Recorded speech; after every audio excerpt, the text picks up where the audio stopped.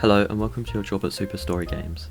This video is going to be a guide towards genres. I will show you examples of many different games and how the mechanics and gameplay are affected by the genre of it. There are 8 main genres within the gaming industry. These are roleplay, strategy, sport, adventure, action, simulation, hybrid and puzzle. First off, we're going to start with roleplay games. The main mechanics of a roleplay game involve story, exploration, quests, inventories, abilities, character actions and last but not least levels and combat. They mostly involve a unique combat system with skills that can be unlocked as well as using numbers and mouse buttons to perform different actions. Levels or XP are used in the progression system as players are required to meet the maximum level. Some RPGs also include stories, however these are not very in-depth and aren't given much focus. Usually, that is. An example of an RPG game would be God of War. God of War falls under the RPG genre. More specifically, it's a hack and slash action adventure. This means that it emphasises on physical challenge and hand-eye coordination. It's mainly based around a god named Kratos and his son Atreus. Kratos uses a weapon named the Leviathan Axe. It has many mechanics such as throwing, a little bit like they do with the lightsabers in Star Wars, light attacks and heavy attacks. There's also a metal shield that the player can use to parry attacks. The goal of the game is to teach your son Atreus the powers and the ways of surviving and taking over his father's role. The progression is looting through linear stages to gain loot that will improve your defense and attack, as well as skills you can use throughout the game. The target audience for this game would be older teens or adults around 16 to 18. This is due to the fact that the game can be slightly complicated to follow along and it contains a large amount of gore. Alright, next up we have strategy games. Mechanics in strategy games are quite varied. The main ones are city management, unlockable upgrades, slow progression and combat. The genre mainly revolves around having a place that you have to manage. There usually isn't a story present and you have to make choices which can have a great impact on the gameplay. Reductions of enemy forces is the final goal for most of these games. A great example of this genre would be Civilization VI, as it's one of the most popular simulation games available at the moment. The game allows you as a player to manage a civilization that progresses and improves through the ages.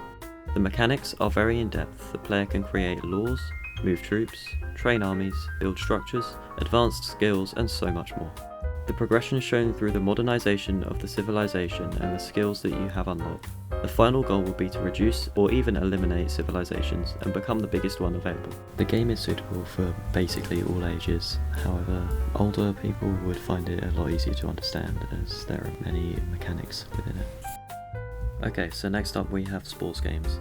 The goal of this genre is quite obviously to win. There usually isn't much progression in these, except unlocking more players and increasing the score of your team. It's quite a slow-paced game, therefore taking a lot of time to complete. The core mechanics usually involve moving, striking and passing. A game that goes under this genre would be Rocket League. Rocket League is a very player-progressed game. It revolves around cars with boosts and you use them to play football. It sounds weird, yes, I know, but surprisingly it works very well. The game consists of minimal mechanics like accelerating, decelerating, boosting, steering and rolling. That's about it for the movements. The game allows players to utilise the minimal amount of mechanics to create incredibly advanced strategies. Progression is shown through levels and a battle pass. Sports games like this one and FIFA contain unlocks, whether it be a new player or cosmetic. The goal is just like football, to score the ball in the goal and win the game. This game is like no other and is definitely a great free-to-play sports game. The friendly graphics and few controls make the game perfect for anyone ages 7 and upwards. However, older ages may be able to use more creativity to create and master other techniques. After this we reach the adventure genre. This is one of the genres with the widest variety. The main features usually include combat, looting and exploration. The main goals of adventure games are to follow the story and explore areas. Some of the games also contain a small element of puzzle. Progression is done through a linear or open world map, and advancing to kill enemies or find certain items. An adventure game that I really love is Volcanoids. It's made by an indie studio, which is why some of you may have never heard of it. The game is based in an open world where you explore to find resources and fight enemies. Using these resources you can progress in the game. The drill is your home base and you can drive it around and you have to move it underground, as in each game day there is a volcanic eruption that can damage your ship. The unique gameplay is partnered with the most common open world mechanics. The simple combat mechanics and movement mechanics translated over from many other first-person games. The game does not include harming any players, and once played for an hour or so it's pretty easy to get the hang of, meaning the target audience would be 12 plus who are looking for a fun open world survival to play. Swiftly moving on, we get to action games. This type of genre usually involves a lot of combat and cinematics. They seem to be very fast paced and involve a physical challenge and require the player to have a very good hand-eye coordination. Looking into the mechanics, it contains inventories, looting, and basic movement, as well as advanced combat mechanics. Goals can be very different depending on the game, however most common is defeating a final boss. Levels and XP as well as skills are the main ways of progressing. Released in late 2021, Ready or Not is a new addition to the action genre, and maybe one of the best in a while.